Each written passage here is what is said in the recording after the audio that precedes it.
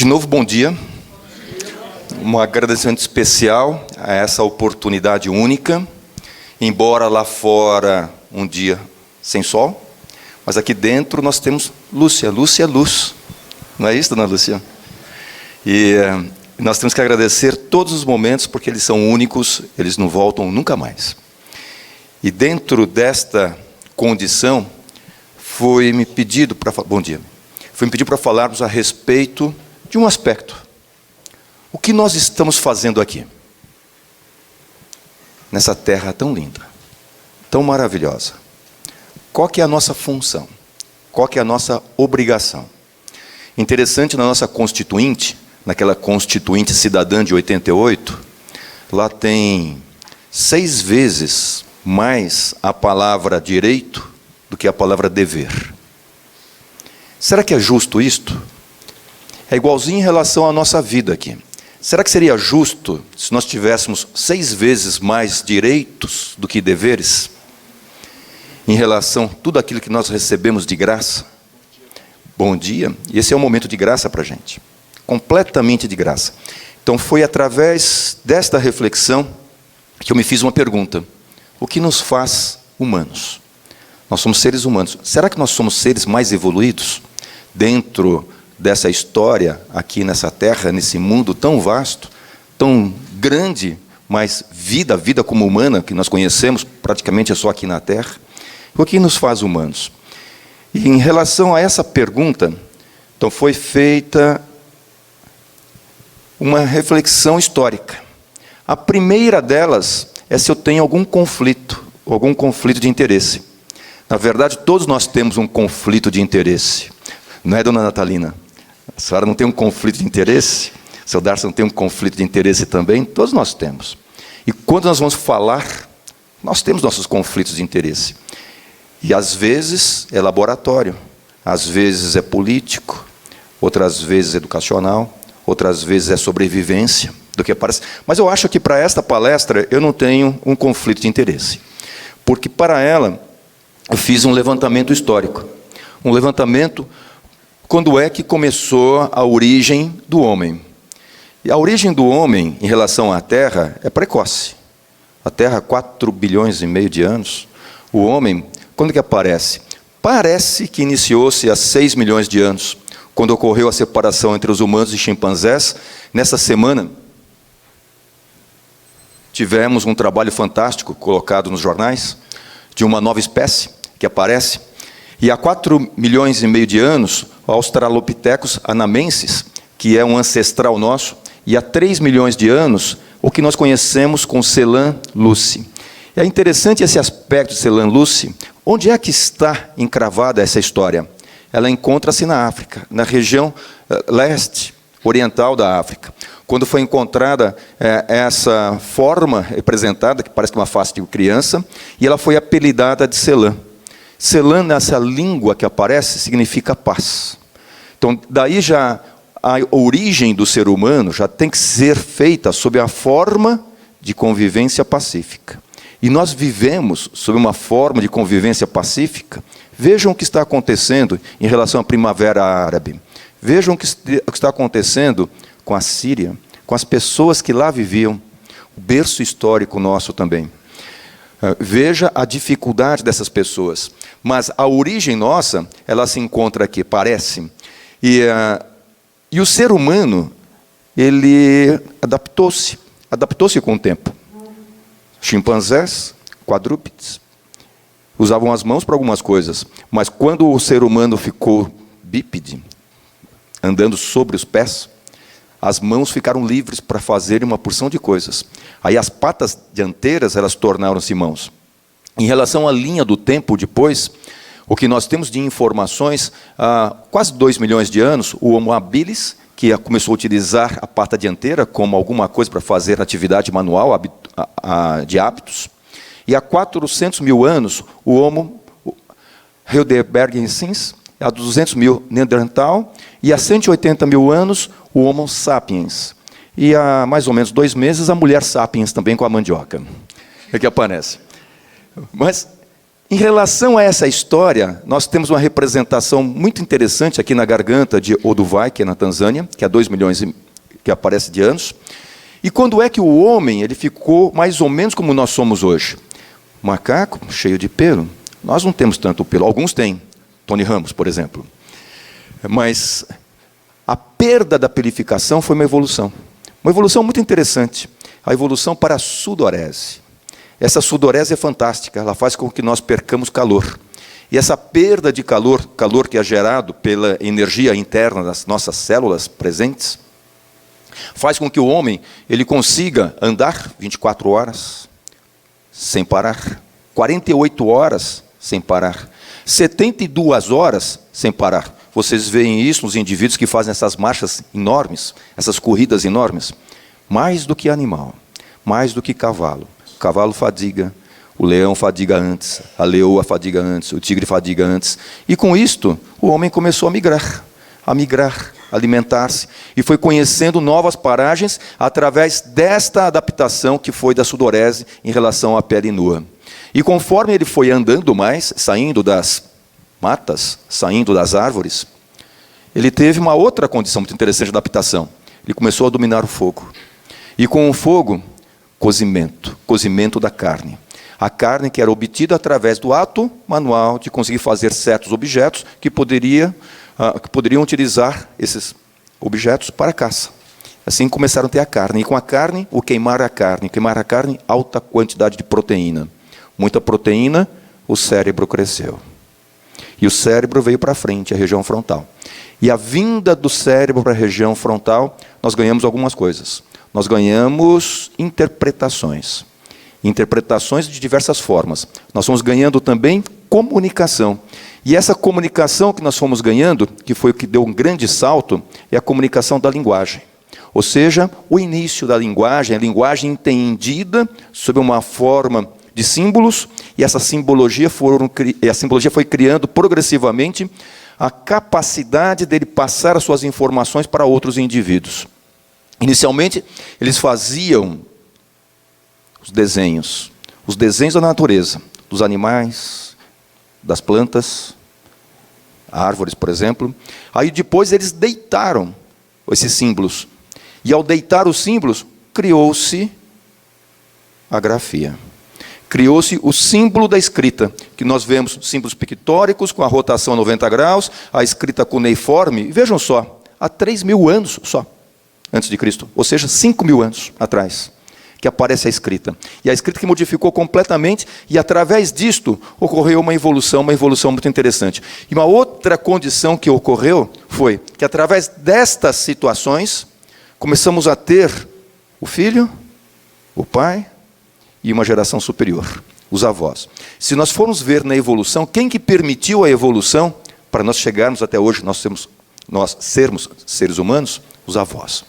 E os avós vivendo em conjunto com aquelas outras pessoas, é que eles analisavam e selecionavam os melhores hábitos. Os hábitos de sobrevivência e os hábitos de evolução também, e de ensinamento.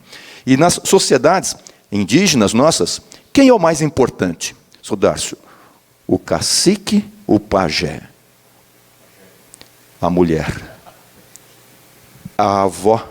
Ela é a mais importante naquela sociedade, porque é dela que vem toda a tradição e vem a informação. Eles não têm escrita, nossos índios, mas tem a avó que passa a escrita através da orelha, de geração para geração. E o interessante, quanto mais rugas nas costas, mais sábia é. Se essa avó fosse na nossa sociedade hoje, ela ia ganhar uma toxina botulínica nas costas. Veja que sapiência que a gente tem, né? Tirando as rugas e tal. Imagina só, o que aparece. Portanto, as avós. E desta forma, ocorreu uma evolução não só no sentido de sobrevivência física, mas sobrevivência espiritual também, que é a psicologia evolutiva. O frontal crescendo, a simbologia crescendo, aí veio a necessidade de manter as suas histórias, que é a renovação. E a necessidade de manter a história de renovação, o crescimento espiritual. Começam a aparecer núcleos e locais onde que os homens eles punham as suas histórias até nos cemitérios que nós conhecemos hoje. E cemitério não é local para morrer só, ou local de morto. Inicialmente, cemitério na Grécia era um local para as pessoas irem, para dormirem, sonharem, para elas ascenderem até os deuses. E aqui é a mesma coisa. Cemitério é um local onde as pessoas são colocadas, quando nós acreditamos que elas estejam mortas, para elas ascenderem até os deuses e se renovarem também. E quando nós vemos essa história, num certo momento, mais ou menos há 150 mil anos, os homens quase que desapareceram na face da Terra, completamente. Era um número muito pequeno. E desse número muito pequeno, foi aumentando de uma forma progressiva, foi aumentando, e esse aumento se deu ao redor de 40 mil anos, bem declarada e informada essa situação na França, com os Cro-Magnons. Como é que nós sabemos disso tudo? Através das pegadas, as pegadas que são deixadas. Uma das pegadas que nós temos é da mitocôndria. A mitocôndria ela é primordial. Quando se fala na vida da Terra, parece que ela iniciou-se lá no fundo do oceano. Parece que ela fez um acordo com uma célula primordial, e ela incorporou-se naquela célula primordial, lá embaixo, e depois é que veio a explosão da vida, nesse mundo chamado Terra. E dessa evolução, depois, é que aparece o ser humano. E essa mitocôndria, ela é passada sob uma forma DNA mitocondrial materno para seus filhos. Para os seus filhos. E através da pegada da mitocôndria, nós conseguimos fazer o desenho do mapa migracional. Onde é que começou e para onde é que foi também. E através da pegada da mitocôndria, a gente consegue fazer um caminho de onde é que o homem começou e onde que ele migrou, e como que ele migrou, e que época que ele migrou. É interessante esse aspecto de detetive. Mas nós gostamos de vermos aquilo com os nossos olhos. São as pegadas que alguém tenha passado aqui. Nós temos. No Lago Mungo, na Austrália, uma pegada que é de mais ou menos 20 mil anos atrás. E através dessas pegadas que foram deixadas pelo mundo, e dos desenhos que foram sendo deixados no mundo, nós temos um mapa migracional. Dentre eles, há 12 mil anos, na região oeste da América do Sul, que é Peru. E no Peru nós temos um sítio arqueológico muito interessante, nesse sítio arqueológico, mostrando-se que nós tínhamos aqui também os rituais. Os rituais de deixarmos as nossas experiências para outras gerações. Muito bem demarcada esta condição aqui. E também nesse sítio foi encontrada essa sandália. Sandália igualzinho que a gente vê hoje, que a gente paga uma fortuna, da Nike, por exemplo. Mesma coisa, não é nova, é antiga. Então alguém fala, eu patenteei. Será que ele patenteou mesmo? Será que ele não está copiando aquilo que já foi feito no passado, aquela história do copy-paste que nós fazemos a todo momento em relação à internet? Bom dia. Da internet também? Você passa esse para mim? Opa, já passou. E no Brasil? E no Brasil? Quem é aqui do Nordeste? Levanta a mão. Ninguém é do Nordeste aqui? Opa! Olha, essa pessoa está dormindo. Então, de onde? Ceará. De onde? Bahia. Alguém do Piauí? Então, o mais pertinho do Piauí. Já foi a São Raimundo Nonato? Local maravilhoso. O pessoal vai para Fortaleza, vai para Bahia, vai para Salvador, vai para Recife, mas o pessoal não vai para São Raimundo Nonato. Local maravilhoso. Já foram para lá? Sonharam ir algum dia para lá? Mas de jeito nenhum. O que tem lá em São Raimundo Nonato? Tem muita coisa. Dentre elas, o Parque Nacional da Serra da Capivara. Dentre elas, as pinturas rupestres. O começo do Brasil parece, pelo menos do ponto de vista de registro, 12 mil anos atrás, que nós temos essas informações. Parece, portanto, que aqui é a ocupação mais antiga, e olha só, duas figuras se beijando, que é o amor, que aparece nessa terra abençoada. Portanto, nós vemos nessas condições a vida sob essa forma como nós conhecemos, mas também a vida após a morte, em todos esses núcleos, esses sítios que aparecem. Ou seja, se as pessoas já acreditavam nisto, significa que não tem parada de vida. É um contínuo que parece. E como nós colocamos tudo isso? Sob uma forma do mundo espiritual. Onde que o mundo espiritual ele passa a ser concebido e representado de uma forma mais complexa, através dos rituais complexos. Aí vêm os profetas, os sacerdotes, o nascimento dos deuses, que são relacionados a elementos da natureza, os nossos índios, isso aqui é igualzinho.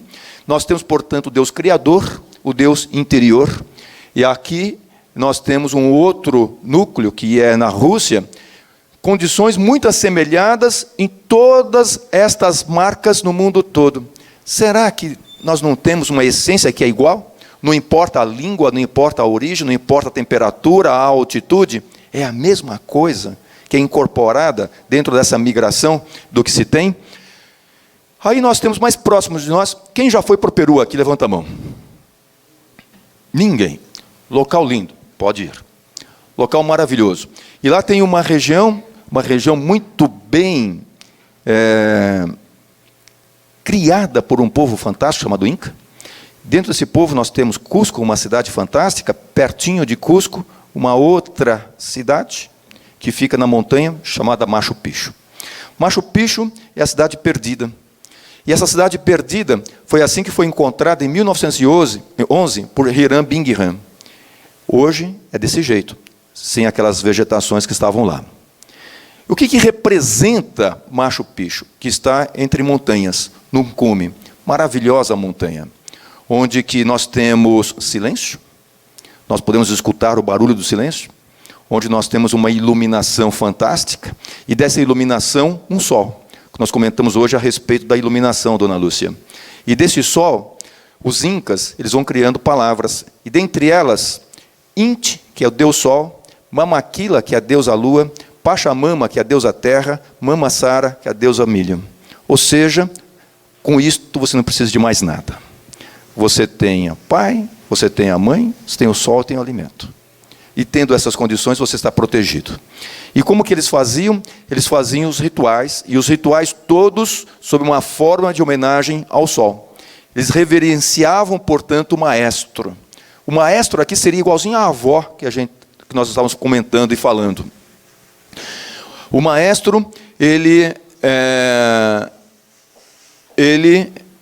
representa a criação. Esse maestro, portanto, seria o Deus Criador.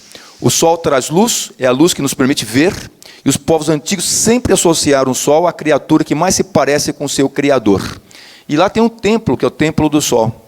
Tem uma pedra, e nessa pedra tem as marcas, norte, sul, leste e oeste. E tem um certo momento do ano, chamado solstício de inverno, que é 21 de junho, ou 22 de junho, ou 23 ou 24 de junho. Para o hemisfério sul é o dia mais curto do ano, ou a noite mais longa. Aí as pessoas, se tiverem que escolher, você escolheria o dia mais curto ou mais longo? Para você mostrar que seja o representante do ano, o símbolo do ano. O mais longo é com o sol. Isto, o hemisfério norte, eles fazem esta festa. Mas no Brasil, você é do Ceará. Qual que é o dia que a gente mais gosta? Lá do Ceará, lá da Paraíba, lá do Pernambuco. São João. E São João que dia que é? 24 de junho. Olha só. Solstício de inverno. As culturas são muito interessantes. O que significa o solstício de inverno? É o dia onde que tem uma passagem do sol certinho para eles e que a sombra cai perfeitamente em cima daquela pedra. Perfeita, inteira. E aquilo representa o dia mais curto do ano. Puxa, isso não é bom. É ótimo, porque o próximo dia será mais longo que este. O próximo dia ele será maior, mais iluminado. E aquele momento é um momento zero. Daquele momento zero, eles podem contar daí para frente qual é a melhor fase para eles plantarem milho. Ou plantarem outras formas de cultura. São 2.800 espécies de milho, são 2.000 espécies de batatas. Eles levaram essa cultura para a Espanha. Na verdade, não foram eles que levaram, os espanhóis que tomaram. Eles sabiam exatamente o período certinho da Pachamama, Pacha-terra, Papa-terra e da Mama milho. Cultura. E dentro dessa cultura, eles, através de janelas especiais, eles permitiam ver o nascer do sol, e desse nascer do sol, do solstício de inverno. Solstício vem de sol, sistere, que não se move, prender o sol. Então é a forma de prender na sua retina o sol àquela imagem, naquele momento. E aquela imagem representava o renascer. E assim vem toda a história dos Incas, em relação ao renascimento da vida contínua. E através dessa imagem que você mantém na retina, é possível ver as grandes imagens que aparecem. Isto é um rio, é o rio de 5 cores, Canyon Cristales, que é na Colômbia. E através do sol é que você consegue identificar as várias nuances que tem em relação ao nosso dia a dia. E essa fotografia? Vendo essa fotografia, como que vocês descreveriam essa fotografia? Fotografia triste ou alegre? Triste. Muito triste. Quem considera que seja muito triste, levanta a mão. Tem uma? Mais ou menos. Mais ou menos. Quem considera que seja alegre essa fotografia? Tem um elemento, 2 elementos? De alegria. De alegria. Qual que é? As crianças, a que está de pé, que está interessada, e a de baixo, que está com uma coisinha na mão, também está muito interessada. As outras 2 crianças já estão mais sérias. E a cor e o escuro, né, que faz ficar uma fotografia mais sombria, mais triste. A cor escura que faz a fotografia mais sombrinha. E é isso que a gente vê, do que aparece. Quando nós olhamos, como nós vemos. E esse olhar, muitas vezes, é feito sob uma forma do dia a dia, outra forma do prédio, da nossa janela, do prédio também. Então vamos ver. E através desta condição que eu comentei, eu faço uma pergunta. O que nos faz humanos? Sentir. O sentir. Os animais sentem? Sim. Então, não é. Então, não é o que diferencia. Interpretar. Interpretar. Os animais não interpretam. Se eles não interpretassem, eles não viveriam. Meu Deus, tem um homem chegando. Vou me arrancar daqui. Sentimento. Os animais sentem. Raciocinam também. Veja nossos cachorrinhos. O amor. Eles não têm amor? Os animais? As plantas, será que não têm amor? Consciência. E o que é consciência? Razão. Agora, imaginação. Será que eles não imaginam? Eles não têm consciência? Eles não têm razão? Em relação à evolução que nós estamos comentando, eles não sonham? Tanto que você percebe que às vezes eles estão lá dormindo, e começa lá, não é? Será que eles estão sonhando? Também? Não é isto? Então, o que diferencia? Paulo Vitor, o que diferencia? Uma coisa, os homens fazem prova. Gabriel. Micaela, cadê a Micaela? Isa, representante. Veja que pergunta besta que a gente está fazendo. E nós somos seres humanos. Bom, então dentro dessa pergunta, e qual que é o maior medo do ser humano? Do animal eu sei. Eu sei qual que é. O maior medo do animal é um ser humano. Morrer. Mas já colocamos que o mundo espiritual ele veio para trazer para nós alívio. Que é a evolução nossa. Mas será que esse é o maior medo? Morrer? O desconhecer, a dor, sofrimento. O que mais? Doença. Doença, esse é um problema grande. Isso é ótimo para mim. É ótimo para o pessoal que está aqui na frente. Quanto mais doença, melhor para médico. Então, ou seja, tudo depende do ponto de vista, conflito de interesse, já está vendo já, né? Do que aparece. E doença, tem um livrinho chamado CID-10, que é a Classificação Internacional de Doença. Existem lá 2.000 e algumas doenças. Aí foram tentar fazer o CID-11. O CID-10 é de 76, publicado em 89. Ou seja, os médicos que não estavam vivos ainda, quando foi feito o CID-10. Quando começaram a fazer o CID-11, eles desistiram, porque já havia mais de 10.000 doenças, e não eram contempladas todas. Então, ou seja, não pode ser doença. 10 minutos de conversa, eu vou descobrir 10 doenças. Era saudável até chegar comigo. Eu falei que o ser humano é complicado, do que aparece. Então, doença, o que mais? Passar despercebido. Invisível, ser invisível. Será que é ruim ser invisível? Para um grande artista que não pode sair à rua, ele paga tudo para ser um dia invisível. né, para ter algumas coisas que ele perde também. E se for uma doença, qual a doença que amedronta o ser humano? A dependência física. Ou seja, qualquer doença que leve à dependência física. Isso amedronta. O que mais que amedronta? Que não tem cura. Na verdade, não tem nenhuma doença que seja curável. Nenhuma. Ah, não, gripe cura, passa. Ah, mas deixa a marca lá atrás, aquela marca lá atrás pode predispor a esclerose múltipla, artrite reumatoide, polimiosite, dermatomiosite, tumor, câncer. O que está lá? Dengue cura. Aí pega outra vez, dengue hemorrágica. Do que aparece. É cura mesmo isto? A marca fica. Então veja que os conceitos são complicados que nós temos. Daí que vêm as crenças nossas. Perante essa condição, qual a doença que mais amedronta os médicos? Residentes de neurologia. Dona Natalina, a senhora sabe, não? Alzheimer? Não, porque os alunos eles esquecem. Não é? Então amedronta, esquece. Amedronta, esquece. Então está lá. Mas quem vive com pessoa com Alzheimer sofre. Mas a pessoa com Alzheimer, às vezes, não tem grande sofrimento desse jeito. Mas a doença que mais amedronta os residentes, qual que é? Paulo Vitor. Nos Estados Unidos, de cada 10 residentes que terminam a residência médica em neurologia, que são 5 anos, 6 em 10, eles escolhem a ELA, esclerose lateral amiotrófica, como a doença que mais amedronta. Mais mexe com o imaginário deles, em relação à dependência física, a perda da liberdade.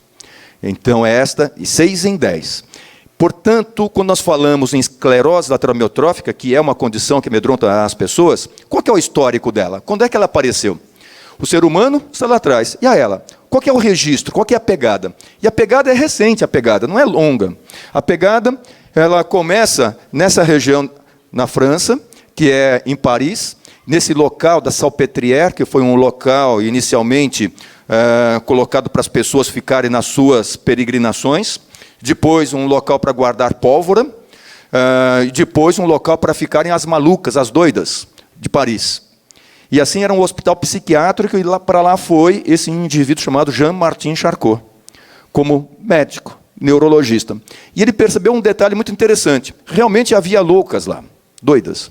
Mas havia pessoas também que não eram loucas, não eram doidas. Eram pessoas que tinham problemas neurológicos. Dentre os problemas neurológicos, a esclerose lateral amiotrófica.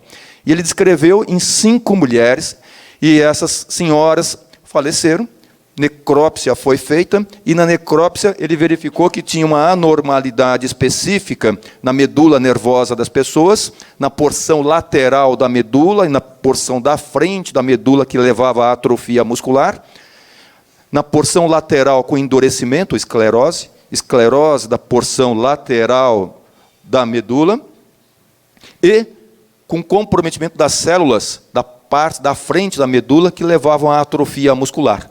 Daí, esclerose lateral amiotrófica. Só que para falar é difícil. E as pessoas, elas agruparam essas 3 palavras em 3 letras.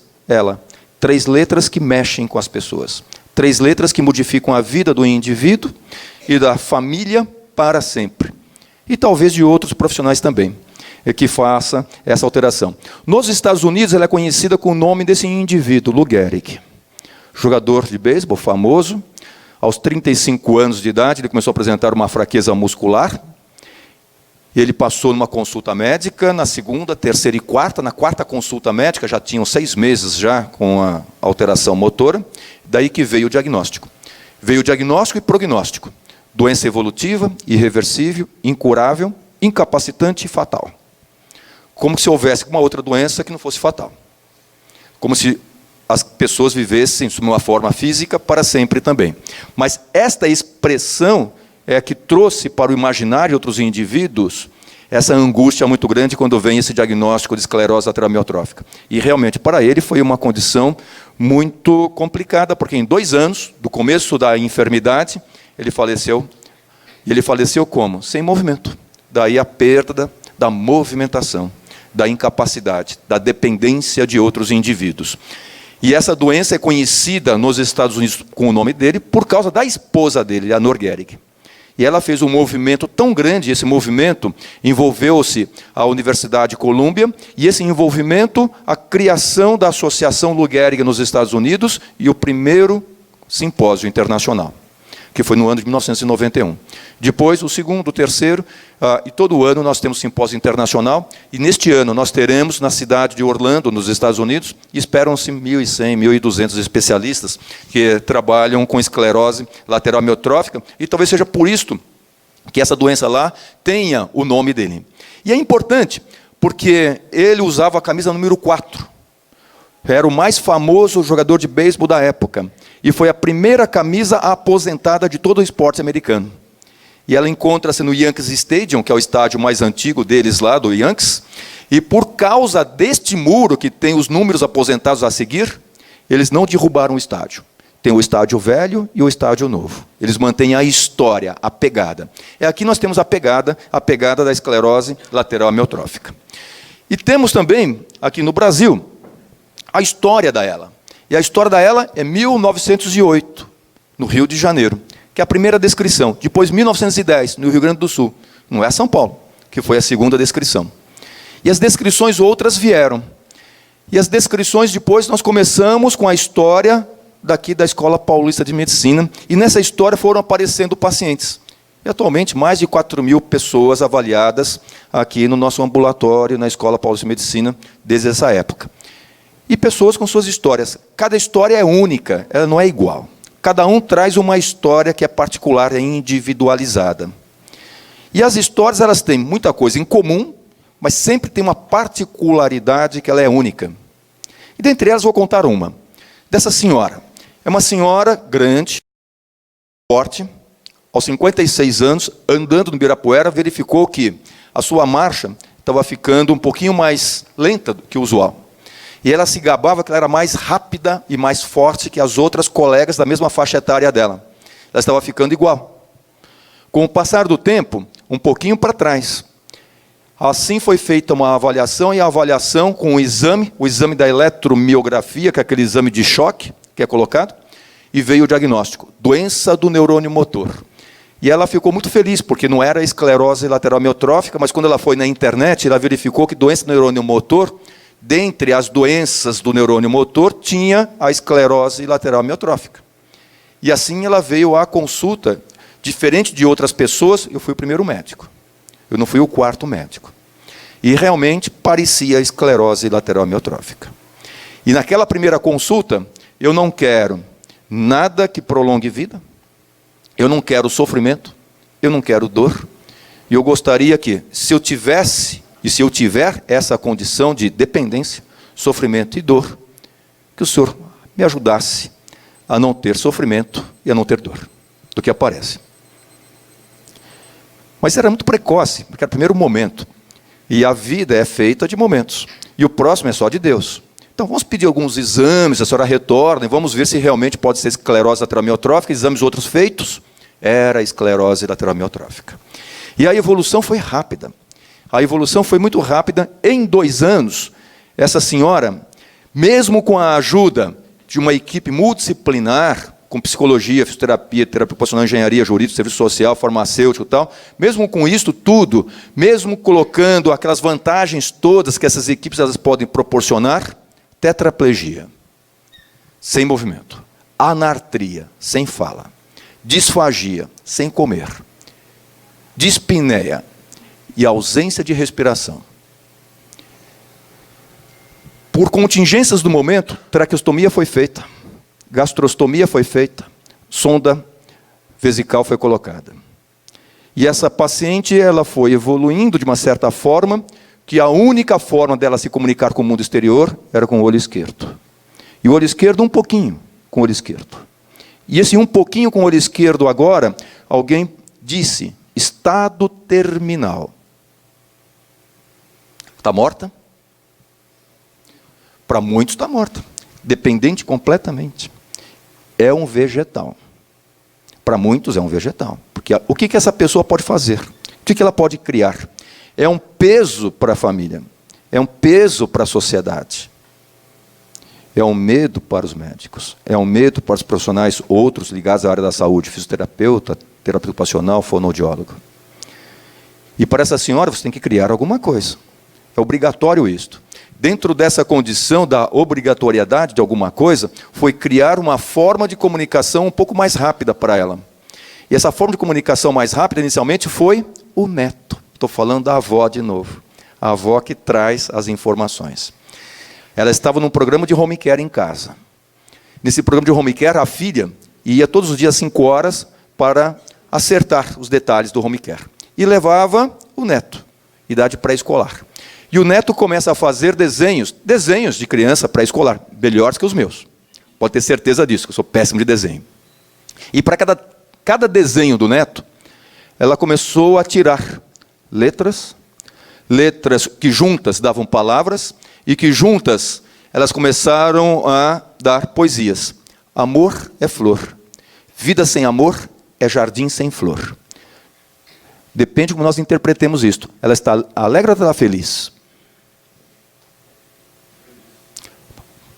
Podemos interpretar desse jeito. Mas vamos ver outras poesias. Dentre elas, ela, através da cama, lá no primeiro andar, no prédio dela, tem uma porta grandona, e na porta, como se fosse uma janela, e todos os dias um beija-flor a visita. Aí ela faz uma outra, beija-flor. Sabe que me visita todos os dias, vem de manhã pousar na minha janela, vem compartilhar a tua alegria, me mostrar que a vida pode ser bela? Beija-flor, tornaste meu amigo, teu canto é um hino aos amores, dar-te boas-vindas não consigo, mas te darei um ramalhete de flores. Uma homenagem ao beija-flor. E assim ela foi tirando. Primeiro livro, Letras de Minha Emoção, Poesias para me sentir viva. E o terceiro livro agora, que ela acabou de lançar. Esse terceiro livro, que ela acabou de lançar na Folha de São Paulo, e ela foi de cama hospitalar, uma ambulância especial, até a Folha de São Paulo para lançar o terceiro livro. E o terceiro livro, Não Esperem de Mim Só Poesias. Ou seja, eu estou viva. Eu tenho também o sofrimento do dia a dia, eu tenho as dores, eu tenho o incômodo, eu tenho a incompreensão das pessoas, não no sentido de incompreensão, minha cabeça está completamente preservada, eu quero falar, mas vocês não me entendem. É difícil o entendimento, mas ela continua viva. Isso foi no dia 27 de agosto, lá na Folha de São Paulo. E assim também, eu tenho uma incumbência com ela, logicamente, e essa incumbência é aprender com essa senhora. Esse aprendizado vem, por exemplo, dessa poesia outra, que está no segundo livro, Letras da Minha Emoção. Meio-dia tem noite, meia-noite tem dia, metade da noite não é do dia, e noite de sol tem a lua no dia, ninguém diria que a vida é vazia, e viva a poesia, bom dia. Ela dá bom dia todos os dias, ela não perde a oportunidade. E bom dia começa por Zeus, que é divino, que é o pai do dia, que deu Júpiter, que é o pai do dia em latim, Jur, bom dia, bonjour, que deu Roque Ju, hoje, esse dia iluminado, mesmo estando com o sol lá fora, esse dia lindo, maravilhoso, único, que aparece. Então, nós não podemos perder a oportunidade ao encontrarmos alguém e falarmos bom dia. Isso é muito importante. E essa é uma condição que aparece em todas as sociedades, todas elas. Tanto que o havaiano, ele cumprimenta o outro indivíduo pela manhã de uma forma muito efusiva, com uma palavra chamada cacarriaca, que na expressão deles nada mais é do que o bom dia. Mas o cacarriaca, o que ele está fazendo? Não é só bom dia que está colocando, é um agradecimento ao outro. Porque é através da luz que o outro emite, que ele tem consciência que ele existe. E como é bom existir, eu agradeço a você por eu saber que eu existo. Olha que expressão linda que aparece. E essa forma de você agradecer às pessoas e ao momento, que é muito importante. E ela vê o bom dia através daquela janela. Daquela mesma do beija-flor que aparece. E quando nós falamos em janela, a janela vem de janua do latim, que é porta, que é complemento da rua. Janela é um diminutivo, que liga ao mesmo tempo e isola o seu usuário da rua. Está isolado, mas ao mesmo tempo você se expõe, você vai até a rua, você está vendo o mundo acontecer, como que nós estamos fazendo. Só que nós estamos nos empobrecendo, porque a janela que nós vemos hoje é da televisão. A janela que nós estamos vendo hoje é do computador, e o pior ainda, aquela minúscula janela do celular. Nós estamos perdendo a oportunidade de nós irmos lá fora. E deixar que lá fora entre até onde que você se encontra também. E naquela figura que nós colocamos, tudo depende da interpretação. Então, por exemplo, aqui nesse texto do Wilson São Vito, que aparece, uma pessoa olhando lá para fora, ela pode ver simplesmente só a lama, e a outra, as estrelas. Daí vem a história do Bom Dia novamente, que nós pegamos. E quando nós falamos disto, aqui é a janela que nós estamos vendo, lá em Machu Picchu, o nascer do sol, de uma das janelas da abertura do mundo. E uma outra poesia dela, que está presente nesse terceiro livro, é esta: quero ser livre para voar, cantar como os pássaros, viver de galho em galho, ir de encontro à natureza, buscando maravilhosa beleza que a terra nos dá, florestas, montanhas e rochedos gigantes, onde eu possa levar meu canto. Essa paciente, ela está presa? Pergunto eu. Ela está sem liberdade? Pergunto eu. Através da janela, ela vai embora. E através da janela, ela representa muita coisa, ela representa o renascer. Que dia que ele escreveu isto? Solstício de inverno. O dia mais curto, dia 23 de junho, que foi deste ano. O solstício de inverno 2011 foi no dia 23 de junho. Foi quando ela recolocou essa condição. E através dessa janela, deste sol lindo, ela amarra o sol. E daí é que vem Intihuatana, que é o ponto de amarrar o sol para que ele não se afaste de nós. Triste é o homem que não tem o sol dentro dele. E assim é a expressão indígena, expressão dos incas. Em relação a essa senhora, eu tenho uma outra incumbência também. De 3 em 3 meses, ela escolhe um show em São Paulo. Para ir, ela vai de cama hospitalar ao show. Inicialmente, as casas de show, não pode. Não pode. Por que não pode? Porque pode morrer. Mas aí eu expliquei, se ela morrer, eu dou atestado de óbito. Vai fazer o quê? Eu sou obrigado a fazer isto. E assim, a casa de show não podia negar. Ah, mas as pessoas vão ficar incomodadas. Incomodadas com o quê? Se lá no palco tem tragédia, se na televisão tem tragédia, qual que é o incômodo? Ela está viva. Já tiraram. Aí eles queriam cobrar pelo espaço que a Câmara utilizava. É lei municipal agora. Só se pode cobrar pela pessoa que esteja utilizando, não pelo espaço ocupado, do que aparece. E são várias as brigas que ela foi ganhando, até no sentido, ela estava internada em casa, ou seja, estava presa em casa com o home care. E o home care, se ela sair de casa, eu tiro o home care. Ué, ela está presa, ela fez o quê? Ela matou quem? Ela não trabalhava na Petrobras? Desculpem outras pessoas que trabalham na Petrobras, né? Pessoas dignas também, do que aparece. Mas ela não fez nada para ficar presa desse jeito. E assim, há 3 semanas, nós nos encontrávamos assistindo ao Gil e ao Caetano. E algo completamente não usual, só para nós. Antes do show, eles estavam afinando os instrumentos e estavam lá a combinar algumas coisas que iriam ser feitas durante o show. Um show específico, exclusivo para ela. E ela vai lá. Aí eu pergunto de novo, e o que nos faz humanos? Dentro dessa apresentação evolutiva, histórica do que aparece. Aí tem uma história muito interessante que eu gosto de contá-la, uma história linda, que são os contos. E esses contos que são colocados sob uma forma de mito. E há indivíduos que falam mito ou verdade, como se verdade fosse verdade, mito fosse mentira, fosse falso. Aquilo que é contado há 2.400 anos é mentira? Será que é mentira? Porque se for isto, a parte médica toda é mentira, porque nós não contamos nada quase do que estivesse presente há 2.400 anos. A gente vai modificando o tempo todo do que aparece. Mas algumas coisas ficam presas, igualzinho o sol em relação a eles. E dentre elas, esse conto. Esse conto havia um indivíduo que ele estava cansado, porque não fazia nada. Ele resolveu fazer alguma coisa, aproveitar o tempo. Essa condição de aproveitar o tempo foi pegar matéria da Mãe Terra, ele fez uma figura, um molde. E esse molde, lindo, maravilhoso, aí ele chamou Zeus, para que Zeus visse.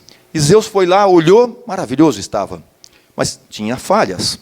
Ele deu a volta, deu uma estrada profunda, introjetou algo naquela figura, e aquela figura começou a se movimentar, de uma forma linda, maravilhosa. E Zeus, vou dar o nome, Zeus filho. Essa é a condição dos pais, colocarem os nomes seus nos seus filhos, que aparecem. Mas os deuses gregos, eles colocavam os nomes nos filhos, para que eles fizessem e cumprissem o seu destino. Os nomes não eram um acaso que aparecia. Por exemplo, Deus, Zeus, era a luz. Deméter, mãe da luz, que aparece. Então, ou seja, você tinha que cumprir o seu destino. Aí eles estavam tentando achar um nome legal. Terra, mãe Gaia, que forneceu a matéria. Não, quem vai dar o nome sou eu. Discussão plena, 2 homens e uma mulher. Quem estava ganhando a discussão? A mulher, lógico, sempre. Ela estava ganhando a discussão. Eles chamaram Cronos, Deus do tempo. E o Cronos veio, escutou e falou: essa figura vai ter um ciclo.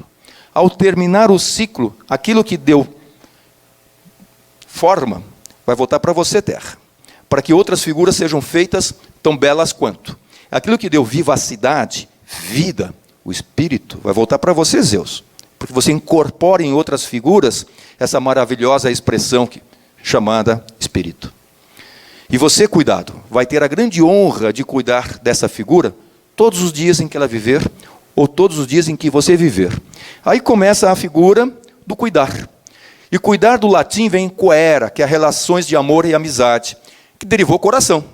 Daí está no meu coração, que é o símbolo do coração, da paixão que as pessoas colocam. E há 2 maneiras básicas de existir, uma pelo trabalho e outra pelo cuidado. Cuidar é um dos sentimentos que caracteriza um ser humano, que permite a aceitação do outro, que quando oferecido resgata o sentimento dos outros, sob uma forma de reciprocidade, ato de amor, emoção central de nossa existência. Significa amar-se, amar o próximo e ser amado. Homenagem aos cuidadores.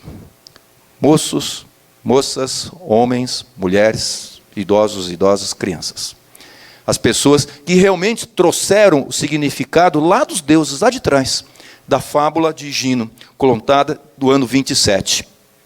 E tem mais ainda, dentro dessa história de cuidado e dos cuidadores, e veio o seguinte ainda, Cronos disse: só será humana a pessoa que cuidar de alguém durante a vida dela.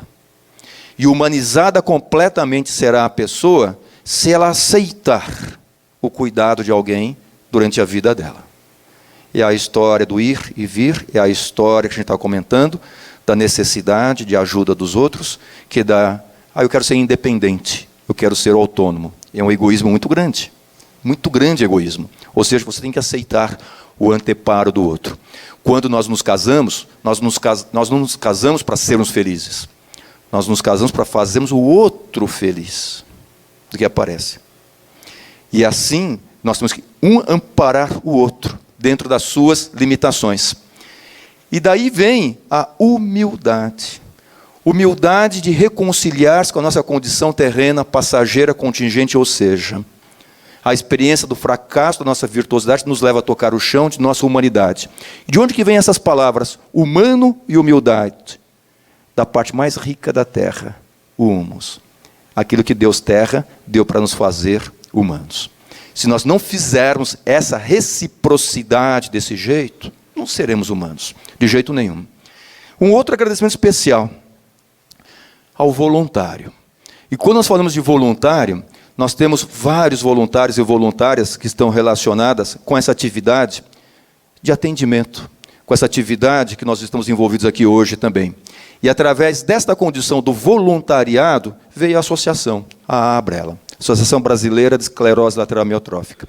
É através do trabalho voluntário que nós temos uma porção de redes de apoio interligadas, tendo o paciente no seu centro, do que aparece. O voluntário vem daquela condição, necessidade nossa, importante, intrínseca, do altruísmo efetivo, que deve ser feito sem conflito de interesse, do que aparece. E quando nós montamos, por exemplo, uma associação, ela tem que ter uma missão.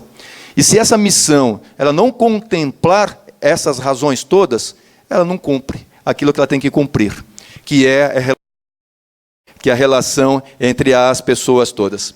E através desta criação, nós temos as pessoas que vêm fazer estágio conosco, as crianças que vêm fazer estágio conosco, crianças lindas, que elas vêm nos ensinar também. E através desse trabalho da voluntariedade, um grupo muito grande de pessoas. É um grupo bastante grande, se eu for falar nomes, eu vou esquecer, então não vai ser elegante. Mas eu não posso esquecer do Joe. Joe, nosso cão, nosso cachorro, Nosso cachorro que vem nos auxiliar nos atendimentos. Mas não é só o Joe, são outros cachorros também que vêm nos auxiliar no atendimento. E nas feiras relacionadas à movimentação, motricidade, que é a REATEC, Reabilitação em Tecnologia, que acontece em abril. E nessa feira, as pessoas tentam colocar os chamarizes. Mas nenhum chamariz é mais importante do que os cachorros. Eles chegam, eles param a feira. Nós os colocamos lá no nosso estande e praticamente a visitação é enorme. E não só isso, quando os cachorros aparecem no ambulatório, modifica muito a forma das pessoas interagirem, até em relação com as suas limitações também. E nós fazemos as nossas reuniões de pacientes, nós aprendemos muito com as reuniões de pacientes. Quando nós falamos em esclerose lateral amiotrófica, nós estamos falando em uma doença que causa limitação motora, é uma doença relacionada com um prognóstico muito ruim, como se outras doenças não tivessem um prognóstico ruim também. E a expectativa de vida baixa.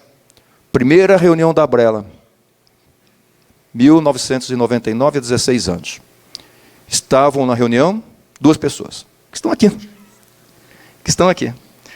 Esse casal lindo aqui. E essa moça, na cadeira de rodas, vendo-a desse jeito, que eu poderia imaginar como. Se a Abrela continuar, talvez ela não volte. A Abrela continuou e ela voltou. E a Abrela continuou e ela voltou outra vez. E a Abrela continuou, mas outras vezes ela voltou outras vezes. Faltou quantas vezes em reuniões? 3 reuniões faltou. Imperdoável. Dona Natalina, eu gostaria que ela estivesse tomando um remédio meu, porque eu ficaria rico. Mas ela não está tomando nada. E nos últimos anos, ela tem melhorado. Olha só. E é esclerose lateral amiotrófica. Do ponto de vista de critérios clínicos, eletroneuromiográfico e de outros exames também. Faz 16 anos. Mas quando a gente conta a história de esclerose lateral amiotrófica, a história também é de outros pacientes que vão nos ensinando. E dentro desse ensinar, ela e ele, comemorem todos os dias. Comemorem. Não deixem passar datas importantes. Nós vamos aprendendo. Começamos a comemorar. Todas as reuniões nossas comemoradas, também Natal, as pessoas aparecem, as pessoas deixam marcas, e através dessas comemorações, alguém tem a pergunta: o que eu posso fazer para trazer algo de novo para esta sociedade? Para eu marcar o meu momento nessa terra, para eu dignificar o meu momento de importância. Assim, os especialistas procuram explicar por que nós temos essa doença. Se nós a temos, como é que eu posso dominá-la? Como é que eu posso controlá-la? Como é que eu posso evitá-la? E se eu a tiver, como é que eu posso viver com ela? Como eu posso conviver com ela? São momentos importantes, e brilhantando esses momentos, até o nosso governador do estado de São Paulo também deu até uma aula, e a aula dele foi uma aula ligada ao aspecto do ser humano também, e eu aproveito e eu pergunto: e o que nos faz realmente humanos? Novamente, depois de toda essa apresentação, vocês mantêm as mesmas formas anteriores, as mesmas explicações anteriores? O que nos faz realmente humanos? Conviver com as limitações. Viver com as limitações. Pode ser. Mas vamos voltar um pouquinho no histórico. O que nós temos em comum em relação a Dona Leite, aquela senhora das poesias, e outros pacientes especiais? Os cuidadores, os voluntários, as voluntárias e a associação. O que nós temos em comum? Eu volto naquela fotografia inicial. Naquela fotografia inicial, alguém poderia ver só o barro, a lama, a água, igualzinho nessa migração do Sírio que está acontecendo, que no jornal sempre aparece só aquela forma muito negativa de sofrimento. Mas será que a procura da liberdade é tanto sofrimento desse jeito que aparece também? Gente, sociedade, século passado, a rua é o palco predileto das atividades coletivas. Hoje as crianças estão na rua, não? Não. Crianças criavam seu próprio entretenimento. As crianças hoje criam seus entretenimentos, já vem tudo montado. Divertiam-se ao lado de amiguinhos. Hoje não é ao lado mais, é a distância que aparece. Improvisação, interação, socialização. Sem distinção entre meninos e meninas. Sem luxo ou preconceito. Nem a segurança era a preocupação. Menino, entra para cá que você vai pegar a doença. Interferência só quando fosse necessária. Então, ou seja, o mundo era um mundo mais livre, era um mundo mais liberdade. Aí vem a palavra, foi comentada a respeito da dependência física. E dependência física, será que é perda de liberdade? Bom, vamos lá. Liberdade é ser livre e assim fazer o que quer. É agir sem ninguém impedir. Mas isso não é absoluto, tem seus obstáculos. Aí vem as concepções outras de liberdade, que está ligada à vontade de cada um ser livre para querer o que quer, e a escolha reflete aquilo que cada um é. A liberdade de pensamento, a liberdade de razão. A dona Leide, ela está sem liberdade? Do ir e vir, do pensar, do organizar, do movimentar, do solicitar, do conseguir. E assim ela, como outras pessoas também. Se o homem quiser ser humano, fazendo sujeito, deve conquistar-se como ser livre, praticando a liberdade. E não é no sentido de ficar sentado ou não. Aí vem, para ter liberdade, a vontade. E vontade não é desejo. Desejo é reflexo. Desejo sexual, por exemplo, é um ato reflexo. Mas vontade vem de volere. Você se imagina, você organiza, você cria. Isso é vontade. A vontade de casar não é o desejo de casar. Você está se organizando, você está criando, você está montando.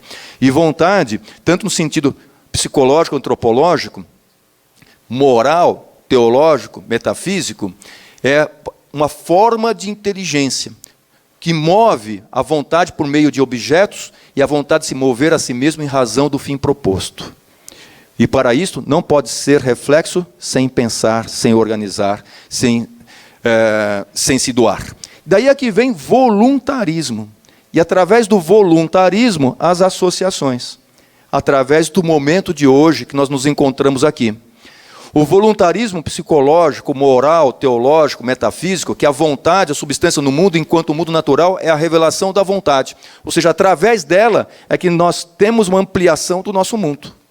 E através dessa condição vem a filantropia, que não é pilantropia. E a filantropia foi criada por um imperador romano no ano 363, era uma forma de dar e fazer caridade. Mas a filantropia é mais do que isto, do que fazer caridade. É o doar-se. É o doar-se para a sociedade. Porque nós temos muita coisa. Nós temos que devolver alguma coisa. Muita coisa de graça. Os índios, quando eles têm um casal, tem um filho, esse filho veio da mãe natureza. E como que ele devolve o filho? Quando alguém dele falece. Ele tem que devolver para a natureza para fazer a nova criação, a recriação. O que nós oferecemos para esse mundo, grande mundo que nós estamos aqui também? Essa é a pergunta. Daí que vem a filantropia e nós temos necessidade de devolver. E como que a gente devolve? Através da solidariedade. Solidariedade no sentido não só mecânico, não só orgânico, mas principalmente o reconhecimento que tudo e todos são importantes tanto quanto, e nós não podemos fazer com que um seja mais importante do que o outro, um mais diferente do que o outro, ou um mais igual do que o outro. Daí é que vem a situação da solidariedade. Aí eu pergunto de novo, mas o que realmente é que faz o ser humano diferente? Será que é a liberdade do ir e vir? Não é. Será que é a vontade? É a solidariedade? É a espiritualidade? A espiritualidade ela é única do ser humano, não está presente em outros seres? Mas como começou o ser? Nós começamos lá embaixo, na terra. Melhor ainda, no mar. Melhor ainda nas profundezas, onde houve aquela incorporação à bactéria de uma mitocôndria. Será que nós não temos lá dentro algo intrínseco? O que é esse algo intrínseco que faz com que hoje a gente tenha consciência, que faz a nossa interação, que nós somos diferentes? Não é a solidariedade. Se nós formos no reino animal, nossa, nós vamos ver interação entre os vários animais. Se nós formos ver sob uma forma de filantropia, olhem só, o cachorro, o carneirinho, o leão e um viadinho. Olha só aqui, olha, a ajuda, olha a ajuda, olha a ajuda, e olha aqui, olha. Isso é tudo o reino animal, do que aparece. Os animais, o que eles têm, será que é espiritualidade? Mas olha aqui, olha, do que aparece. Nessa situação. Bom, como que a gente demora para agradecer, para reconhecer isto? Nós temos que primeiro agradecer. Então, meu agradecimento especial às pessoas que têm me educado, desde há muito tempo. E aqui tem uma frase fantástica de Paulo Freire. Educação não transforma o mundo. Educação muda as pessoas. Pessoas mudam o mundo. Nós estamos num momento de educação. Também, de aprendizado.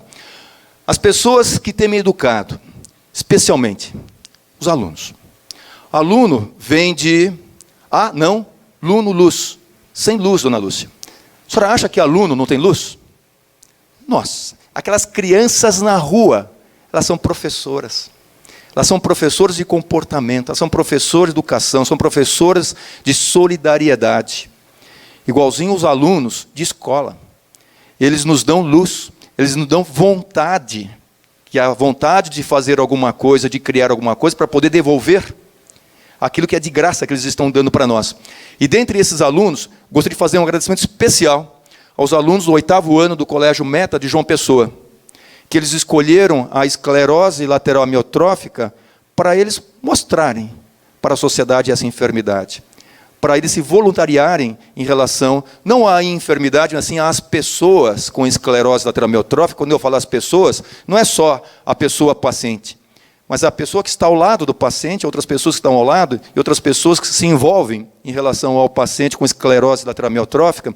Então, meu agradecimento a vocês, aí do 8º ano, alunos do Colégio Meta, João Pessoa, Paraíba. Meu agradecimento especial às pessoas que me ensinaram o sentido de liberdade e de vontade. As pessoas que me ensinaram que todos os momentos são mágicos, são únicos. As pessoas que me ensinaram que realmente diferencia o ser humano, vem nessa história. O que diferencia realmente o ser humano, aqui, é um sentimento maravilhoso, fantástico. Quando falou aperto de sentimento, pode ser que seja verdade. Mas qual sentimento que é este? Qual é aquele que vem, não importa a doença, não importa o problema, não importa o tipo de presidente que a gente tenha, que ele traz para nós alívio? Qual que é o sentimento? Está ligado também. Não é esperança. Esperança. Isto é que faz a diferença para tudo o que acontece. Esperança não é desejo, esperança não é vontade. Esperança é um sentimento tão lindo, tão maravilhoso, que não importa quão árdua seja a nossa caminhada.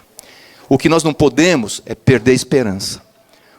A pior doença que pode ter é um indivíduo sem esperança. A pior doença que tem é um indivíduo desesperançado. Então, ou seja, é através dela que nós temos que abrir a nossa mente, e assim, quando a gente abre a mente, aquela luz ela volta. Não importa a intensidade da claridade, mas nós vemos a luz inteira, completa. Essa é a mãe natureza. Essa é uma planta, que é o cipó do leite. O cipó do leite, vejam só, ele interage com outras, parecendo exatamente o sistema nervoso central. A relação existente no sistema nervoso central, o neurônio com outras células, chamadas células da glia. Tudo interage. Tudo interage. O que nós temos que fazer é transcender os limites dos sentidos e ir além da razão. Temos poder para tanto. O essencial é invisível aos olhos, que está no livro de Antoine de Saint-Exupéry. O que nós temos que fazer é, através da janela, não perder o sentido de luz. Através da janela, agradecer. Através da janela, não perder a esperança. Nunca. Em nenhum momento. E aqui veio um momento para nós, um momento muito de esperança, que não é só o banho em si, é um momento de solidariedade. Então, um agradecimento especial a todas as pessoas que, de uma forma ou de outra, elas acreditaram nesse momento único, rico, que nós tivemos. Pode passar o próximo para mim, por favor? Que nós tivemos. E um agradecimento especial à Associação Brasileira de Esclerose Lateral Amiotrófica, que permite esse momento para a gente. Então, bom dia para vocês. Obrigado.